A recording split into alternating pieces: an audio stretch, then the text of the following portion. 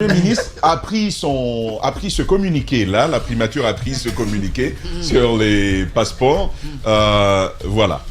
Toutes les manières, on est barbu, vous ne l'êtes pas. Donc allez-y, voilà. Mon cher, et je coupe les micros. Ça, c'est dans l'ordre. On a juste envie de se demander finalement, ce communiqué-là vient-il avant la récupération des passeports ou après? Parce que ce qu'on a essayé de dire comme raison de cette mesure semble assez léger. Parce que lorsqu'on dit on récupère les passeports pour retravailler un peu sur le mode d'octroi des ordres d'émission, réglementer les choses, je pense que les gens peuvent garder leur passeport et que ce travail-là se fasse sans problème. Maintenant, si on veut d'abord que tous les passeports soient récupérés pour maintenant mettre en place le process qu'il faut, ça pose quand même des questions. Ce qui nous amène tout naturellement à reposer cette question. Est-ce que les passeports ne sont pas déjà récupérés? Que derrière, il y avait nécessité de la part de la primature d'apporter quand même une raison, puisque s'il n'y avait pas de raison, les gens pouvaient, comme on l'a fait d'ailleurs pendant toute cette semaine, le week-end, les grandes gueules, spéculer sur les raisons de cette récupération des passeports, puisqu'on a commencé quand même avec l'interdiction de sortie du pays des DAF. Ça, c'est le procureur spécial qui prend la mesure. On sait qu'on ne pouvait pas utiliser la même voie quand il s'agit des ministres et des hauts cadres. Sinon, si c'est Ali qui l'avait fait, automatiquement ce matin, on serait en train de dire il y a certainement des poursuites judiciaires en vue. Je pense que les passeports n'étaient pas encore récupérés, par ailleurs. Ah, tu le penses? Ouais. Parce que j'ai quand même posé quelques questions. Non, les passeports des ministres, ne l'étaient pas encore. C'est peut-être maintenant que ça va l'être. Je pose quand même la question. Moi, je pose quand même la question. Très bien. Parce que, je ne sais pas, est-ce que le fait de les récupérer... On ne connaît pas qui est ministre? On connaît leur nombre. On connaît qui est ministre dans ce pays. Et puis, on connaît à qui on a donné les passeports. Moi, je pense. Maintenant, pour les ordres d'émission, on peut tout naturellement stopper le processus d'octroi des ordres d'émission jusqu'à ce qu'on revoie la façon dont ça doit se faire, qui en est responsable et dans quelles conditions on doit pouvoir solliciter, n'est-ce pas, de la part de la hiérarchie administrative, un ordre d'émission pour sortir du pays. Il y a quand même quelques éléments qui entourent cette actualité. Il y a déjà des mois derrière nous que le président, je crois en Conseil des ministres, plusieurs fois d'ailleurs ça a été dit à travers un compte rendu, que le président était un peu dépassé par la volonté des ministres de vouloir tout le temps sortir du pays. Donc, je crois qu'il y avait la volonté du côté de la présidence de ralentir un peu le rythme. Hein? C'est vrai qu'on est dans une transition qui est quand même assez, si vous voulez, heureuse pour ceux qui font partie de ce gouvernement et toutes les structures, puisque d'autres n'ont pas cette chance, ou n'ont pas eu cette chance, d'autres n'ont pas eu ces privilèges-là par le passé quand ils voulaient, puisque les sanctions étaient partout. Et même dans certains pays en Afrique, ils n'avaient pas la possibilité de partir. Eux, ils peuvent partir même dans l'espace CEDEAO où il y a eu des sanctions qui sont quand même prises et qui n'ont jamais été annulées. Parce que les sanctions de la CEDEAO n'ont pas été annulées. Mais ils continuent quand même à voyager dans cet espace. Et ailleurs, ils vont beaucoup. Et parfois, on se pose la question, pourquoi? Celui des affaires étrangères, on peut comprendre. Peut-être celle qui s'occupe de la coopération aussi. Économie, finance... Maintenant, souvent quand vous sortez et puis vous ne ramenez pas grand-chose, ou bien vous ne ramenez presque rien, alors là, on est en droit quand même de se poser des questions. Est-ce que ça a un lien avec ça? Je préfère laisser ça comme une autre question. Et puis, il y a également ces soupçons de prévarication. La coïncidence est quand même flagrante. C'est ça. On interdit les DAF et on retire les passeports officiels. On reçoit d'abord le ministre du budget. En effet. Le ministre du budget à qui on donne des instructions, qui va recevoir des DAF. Et à la suite, c'est le procureur spécial qui prend une mesure d'interdiction de sortie du pays des DAF. Les DAF, on sait très bien qu'ils travaillent avec les ministres. Et finalement, on dit, pour une histoire d'ordre d'émission, on va retirer des passeports avec les ministres et dans les mains des ministres et puis tout le monde, en tout cas tous ceux qui les détiennent. On est au stade des interrogations. Hier, en tout cas, on a tenté d'avoir un peu plus d'informations. On n'a pas obtenu grand-chose. On n'a que ce communiqué qui est donc de l'ordre de l'officiel. On se contente de ça et puis on continue à observer ce qui va se passer les jours à venir. En revanche, il y a cette autre question. Sous Alpha, ça se passait. N'importe qui avait accès à un passeport officiel. Bien sûr. Est-ce que ce n'est pas une volonté de retoilettage? Évidemment. Parce que, attention, ce ne sont pas tous les passeports qui sont retirés au ministre et à ses cadres. Ce sont les passeports officiels, diplomatiques et de service. Oui, le passeport, les passeports diplomatiques et de service. C'est vrai que sous Alpha... C'est avec ça, ils sortent quand ils veulent et comme ils veulent. Oui, bon. Après, quand tu gardes ton passeport ordinaire, tu peux aussi voyager. Sauf que tu n'as pas d'ordre d'émission. Oui, en effet. C'est ça la différence. En effet. Oui, mais est-ce que à ce niveau hiérarchique, est-ce que tu as le droit de sortir comme tu veux? C'est ça le problème. Même si tu as ton passeport ordinaire, un ministre de la République ne peut pas voyager ordinairement comme moi. Il a bien évidemment la responsabilité d'en demander l'autorisation. Est-il la possibilité d'utiliser son passeport de service? Il ne peut pas le faire comme il veut. C'est pour ça qu'on l'octroie, son passeport ordinaire. C'est pour ça qu'on lui octroie un passeport de service ou un passeport diplomatique pour lui permettre de faciliter non seulement ses déplacements, mais de le rendre dans un cadre officiel sous autorisation. Ce que je sais, selon les informations que j'avais déjà hier aux environs de midi 13h, je crois qu'une bonne une quantité de 5 ou 6 passeports, je crois, avait déjà été retirée. De qui? Je ne l'ai pas su. Bon, le soir après, ce communiqué est venu. Ce communiqué, c'est vrai qu'il n'est pas large sur les raisons pour lesquelles les passeports ont été retirés. Mais moi, je pense que ça donne suite certainement au tollé que ça aurait dû faire, ou alors peut-être à la plainte que d'autres, ceux qui se sont vus retirer leur passeport, ont posé, certes auprès des autorités, mais qu'à cela ne tienne. Ça, ce sont des supputations. Et généralement, les supputations viennent évidemment du manque suffisant d'informations. Moi, j'aurais souhaité que ce communiqué aille plus largement dans les informations pour emboucher un peu ce que Jacques disait tout à l'heure là. Mais il est tout à fait clair qu'à un moment donné, il y avait une demande incessante d'ordre de mission. Et il y avait une demande croissante de missions à l'extérieur, de ministres, de directeurs, en tout cas de commis de l'État. Donc, est-ce que c'est pour des raisons administratives toutes ces demandes de mission? Non, d'autres le faisaient et puis allaient tout simplement en villégiature. Donc ce qui reste clair, c'est que l'autorité a vu certainement une volonté manifeste de tout le monde de vouloir voyager à tout bout de champ. Et cela, à un moment donné, je crois que le président l'avait même relevé en conseil des ministres, il a dit que les voyages coûtaient trop cher. En effet, les voyages coûtent cher. Oui, il a dit que les voyages coûtaient... Surtout pour ceux qui veulent pas, qui veulent naître qu'en classe business ou que pour voyager, parfois pour participer à des forums qui ne nous rapportent absolument rien du tout en termes de gains à l'État. Donc je pense que, est-ce que c'est dans ce cadre-là qu'ils ont décidé de retirer tous les passeports? Mais est-ce que la raison est-elle valable que de retirer tous les passeports et après réorganiser? Je pense on peut de toutes les façons réorganiser tout en laissant les titulaires avec leur passeport. Je sais qu'à un moment donné, le ministre secrétaire général se plaignait d'une demande croissante de voyage et il y avait une restriction qui avait été envisagée. Est-ce que c'est cette restriction qui vient maintenant? On se pose autant de questions, mais de toutes les façons, il y a une énorme coïncidence, comme tu le dis en bas,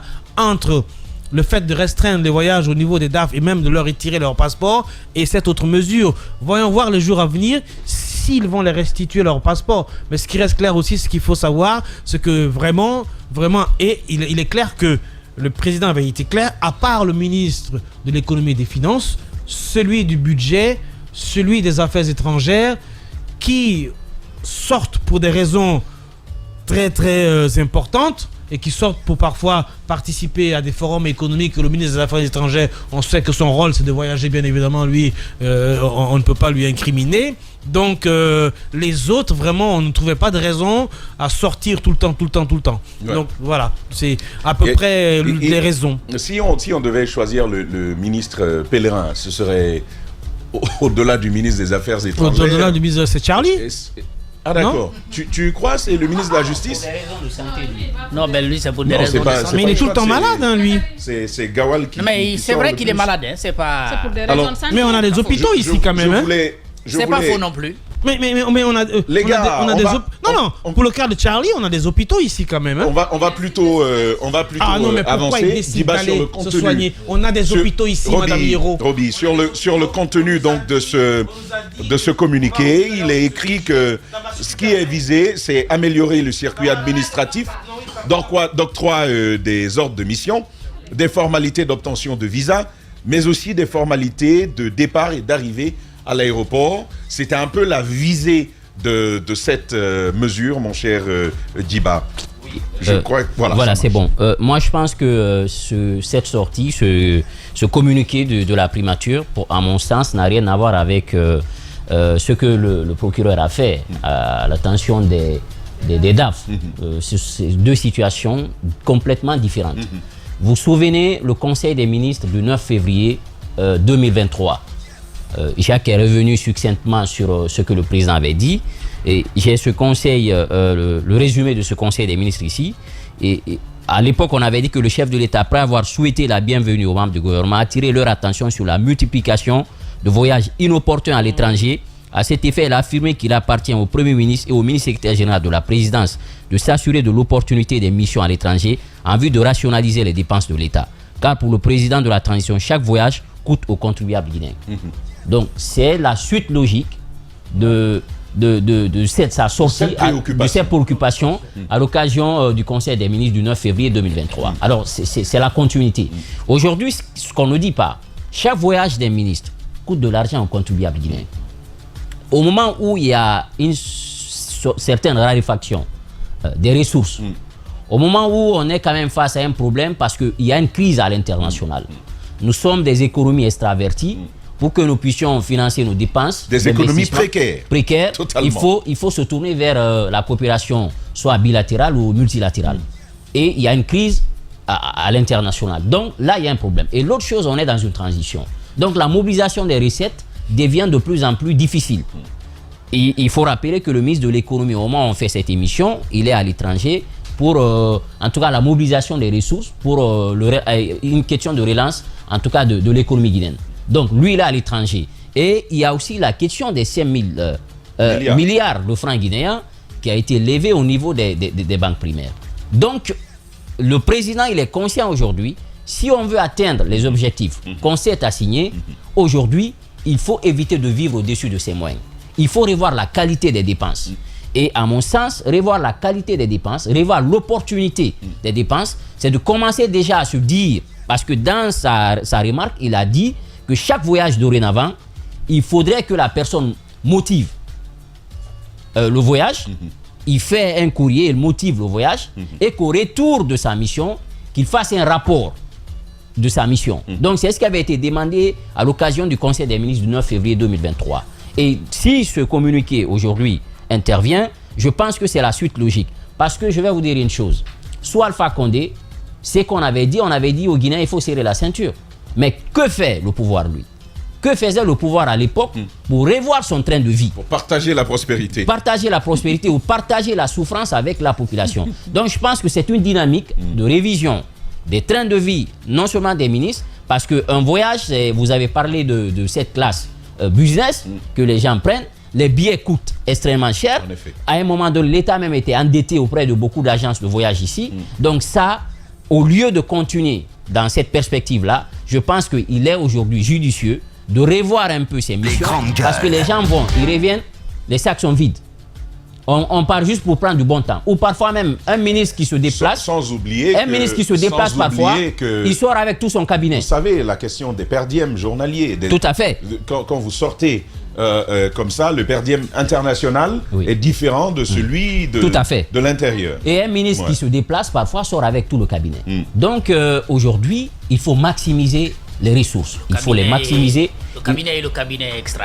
Extra, voilà. Donc il y a tout un monde qui sort et ça coûte beaucoup d'argent à l'État guinéen.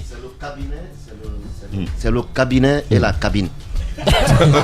Voilà, donc tout le monde sort en bas. Je crois ce... Roby, je te laisse, Diba, je te laisse avancer. Et un billet... Vous vous souvenez à ce ministre-là qui a mis sa femme sur une liste de voyage officielle. Et bon, vous savez Mara, quand Mara attrape quelque chose. Donc, comme Mara l'a évoqué ici, à la minute près, il a appelé, il dit hé,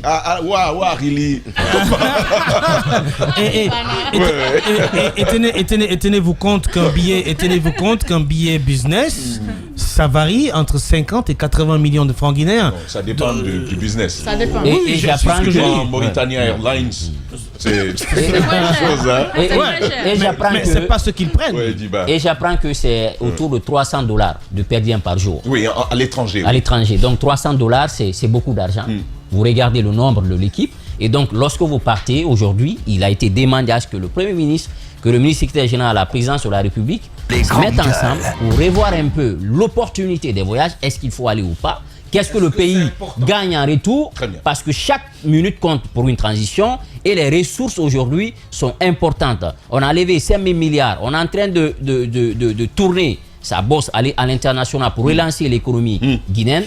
Lorsqu'on est dans une telle dynamique, je pense qu'il faut aussi revoir un peu les sorties et les rentrées. Je pense que ce courrier-là vient obéir à ce principe. Et d'ailleurs, pour finir, moi je suis tout à fait d'accord avec cette décision, Tamba. Mais il y a une chose que je veux rappeler, c'est que pour cette année ou 2024, je crois qu'il faut parfois éviter de mettre l'argent dans aujourd'hui les rénovations des bâtiments. Ça n'a pas un impact direct avec le train de vie de la population. Ça dépend de oui, je viens. Du niveau de dégradation. Je viens. Lorsque on est dans une telle transition, je pense que parfois, il faut investir dans des domaines qui ont un impact direct sur le panier de la ménagère, tels que l'éducation, la santé, l'agriculture. Ce sont des secteurs aujourd'hui, à mon avis, lorsqu'on a peu d'argent, il faut les prioriser. C'est pourquoi je salue d'ailleurs le budget de l'agriculture qui a triplé. L'agriculture, il a triplé. Qui a triplé. Ça, c'est depuis le début. Justement. Ouais. Donc ça, je pense qu'il faut revoir il faut revoir un peu aujourd'hui les priorités et se dire si on met l'argent dans tel secteur, on est sûr que ça aura un effet multiplicateur, ça aura un impact direct bénéfique sur le train de vie de la population. Et ça, il faut le faire. La qualité des dépenses, à mon avis, c'est important. La qualité des dépenses, je suis bien d'accord, mais Diadia, j'ai l'impression que Diba n'a pas vu le tribunal de Kaloum.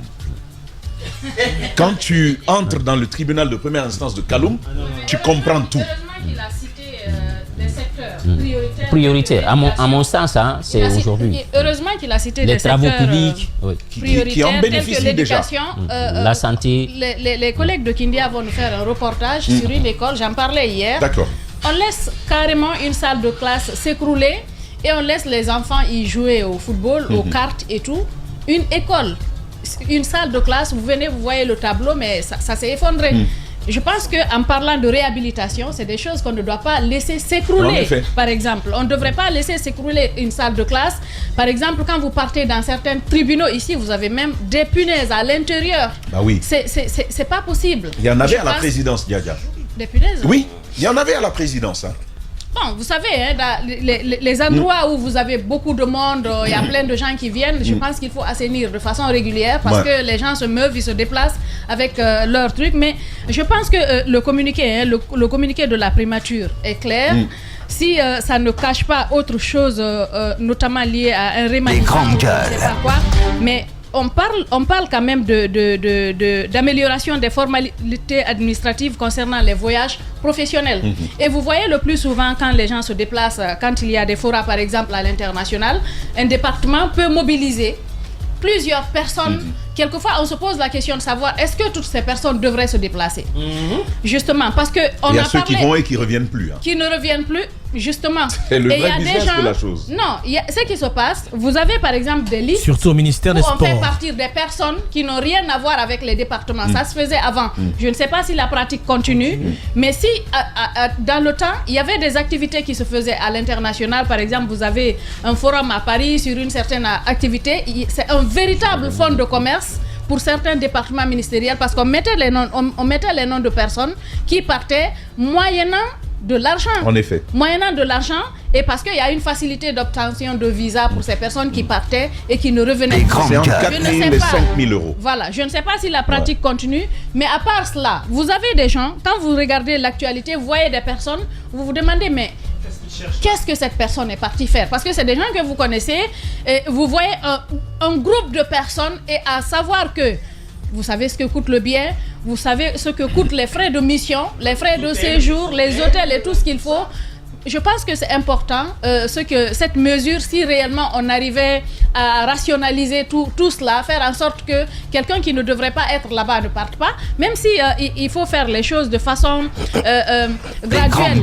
Si par exemple telle équipe part, telle personne part pendant ce voyage-là, que telle autre puisse partir, mais qu'on ne mette pas un groupe de personnes qui n'a pas besoin d'être là, juste parce que c'est une question de voyage. Qu'est-ce qu'on dit? Bon, il faut faire profiter aux gens. Rationner. Faire profiter si ça ne rentre pas dans le cadre du rationnement du budget. Parce que nous savons que nous sommes dans une situation difficile, je pense qu'il faut le faire. Il faut faire en sorte que n'importe qui ne puisse pas avoir ce document, ce passeport diplomatique, c'est comme ça on les appelle. Diplomatique, N'importe qui, passeport de service. le passeport de service, n'importe qui peut se le doter à République de Guinée. Il suffit d'avoir une relation quelque part. Mais je pense qu'il faut réfléchir, voir comment faire en sorte que cela ne se passe pas comme ça. Parce que c'est pas n'importe quel document. C'est un document précieux de la République de Guinée. Vous ne pouvez pas le donner à n'importe qui parce que ces personnes à qui vous remettez ces documents-là, est-ce qu'ils connaissent la valeur du document? Est-ce que vous savez ce qu'ils vont faire là où ils vont partir? Est-ce que les actes qu'ils vont poser... Parce qu'ils partent au nom de la République quand même. Est-ce que les actes qu'ils vont poser vont honorer la République de Guinée? Je pense qu'il faut réfléchir à tout ça avant de donner de tels documents à n'importe qui.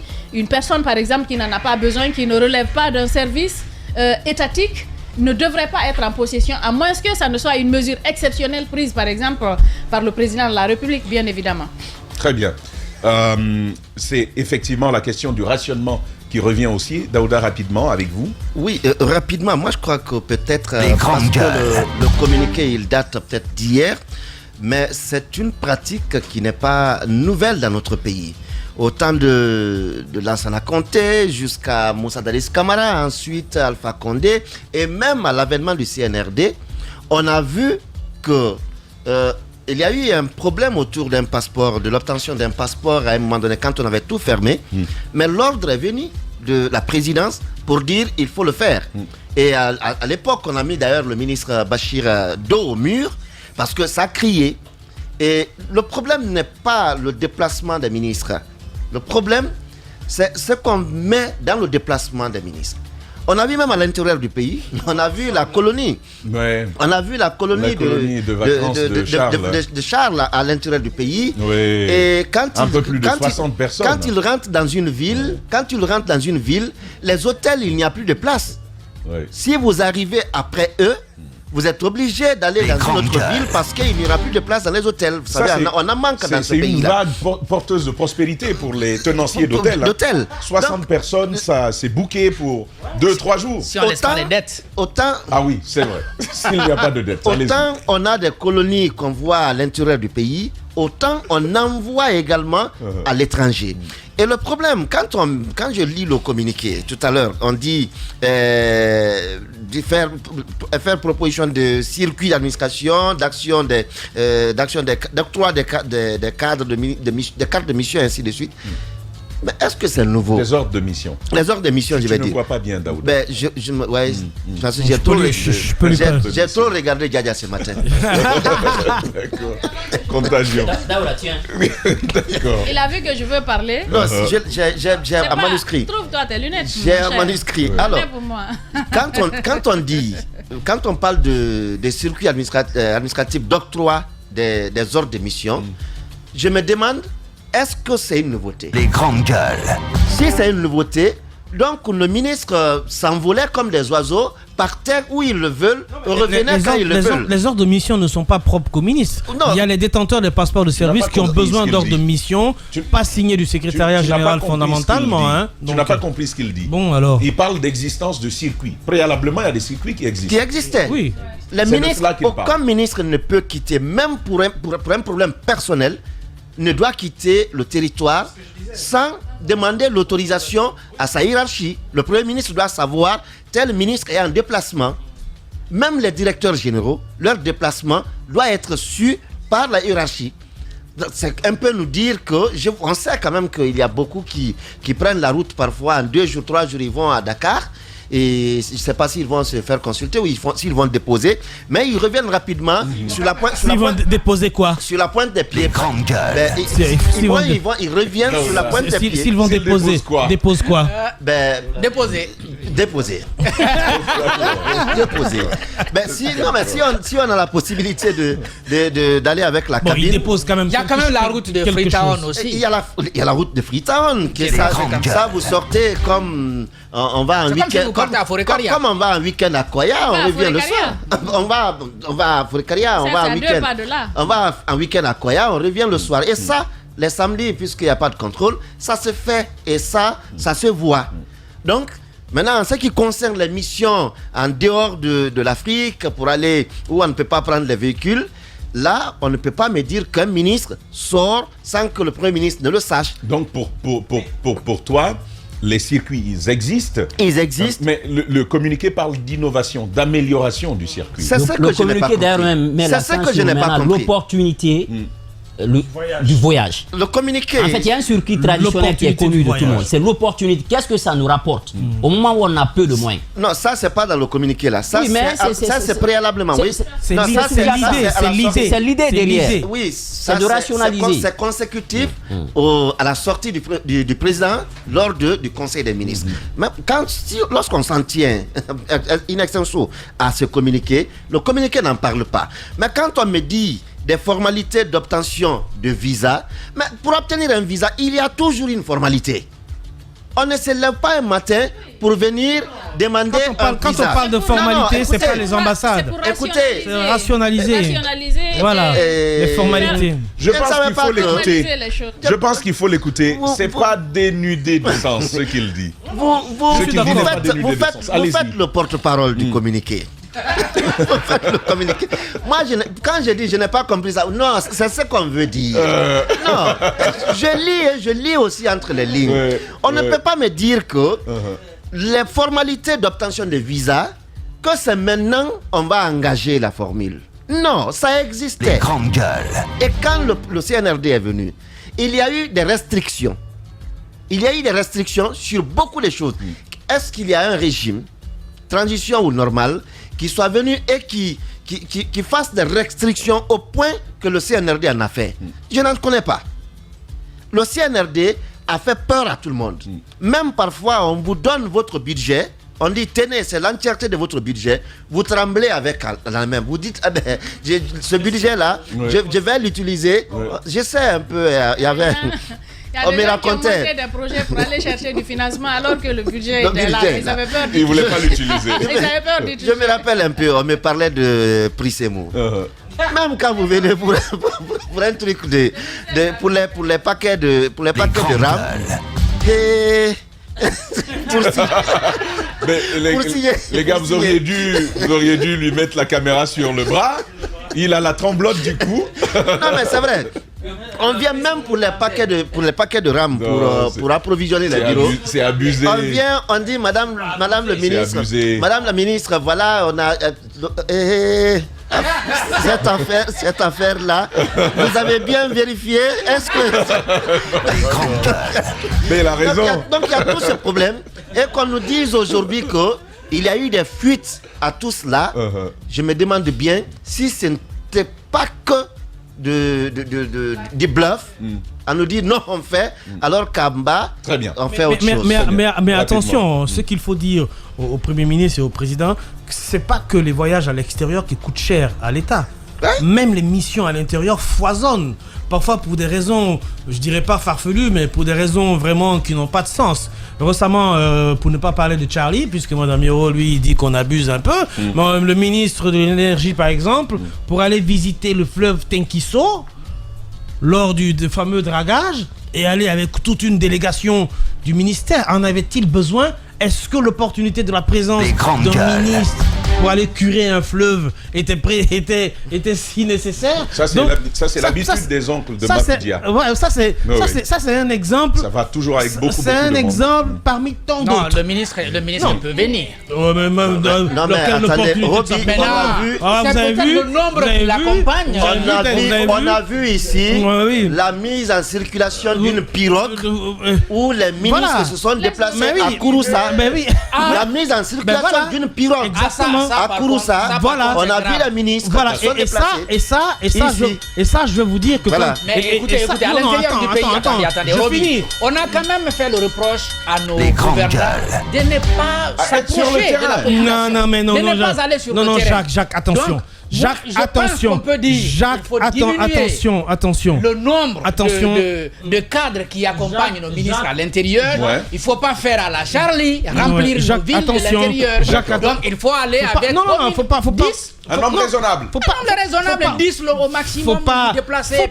Non, je suis pas d'accord avec toi. Faut pas se focaliser simplement sur ça. Moi, ce que je veux dire, si pour l'inauguration d'un poulailler, il faut que le ministre se déplace avec une corde de personnes, alors qu'un directeur sectoriel pouvait simplement aller l'inaugurer, il n'y a pas l'opportunité de la présence du ministre. Il est plus important ici que d'aller inaugurer, couper le cordon et après faire rentrer les poulets dans le poulailler. Donc moi je veux dire encore une fois que ce genre de mission foisonne, ça continue et il ne faut pas oublier que ça contribue fortement à l'argent du contribuable. Ça contribue à comment je vais dire, à finir l'argent du contribuable. Jacques, ça aussi, il faut regarder de ce côté-là. C'est une actualité qui est plutôt passée inaperçue.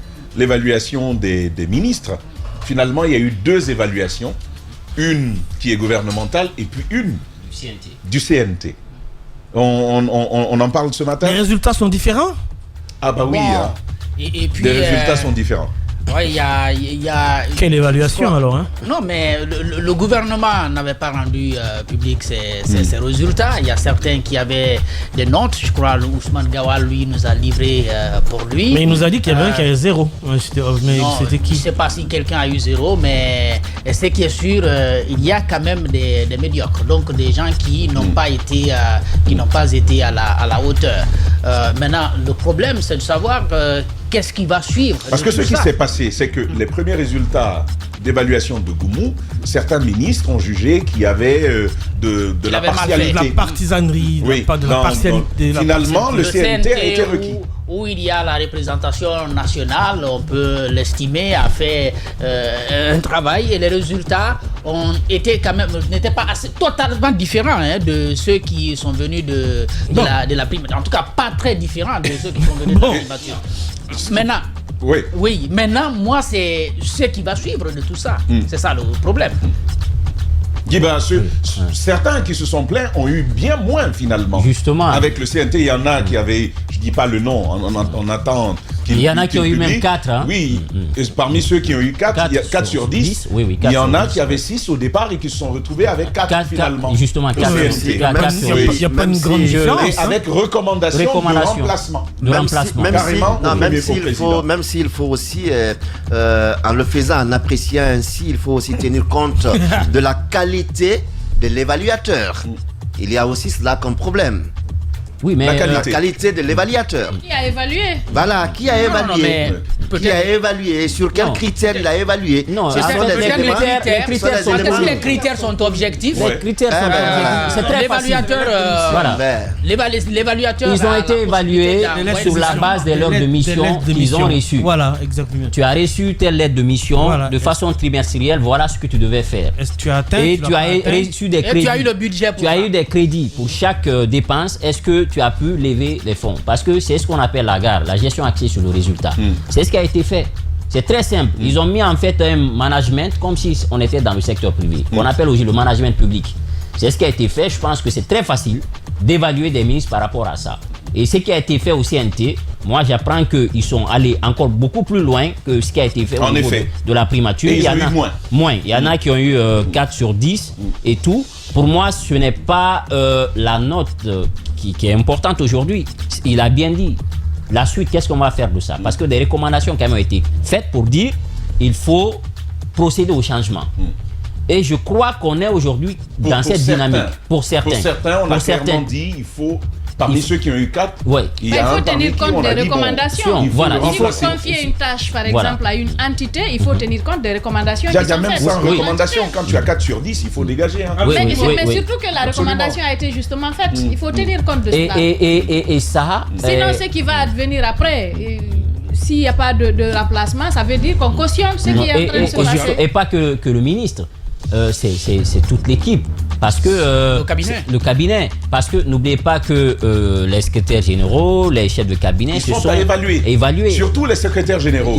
Voilà. Donc si par exemple vous avez un projet et qu'un crédit a été accordé, il faut quand même être capable de pouvoir aller faire le projet, je ne crois pas, sortir l'argent. Je ne crois pas que parce que le circuit est très lourd, ça fait que les gens n'étaient pas préparés à la justification de certaines dépenses, à la levée des fonds. Donc ça fait qu'on est passé à côté. Un crochet. Je crois il faut arriver à un changement, pas à tous les niveaux. Un crochet, oui, même si tu es radin en temps. Un crochet, ce qu'il faut dire, c'est que je ne pense pas que certains ministres aimeraient qu'on évalue les secrétaires généraux.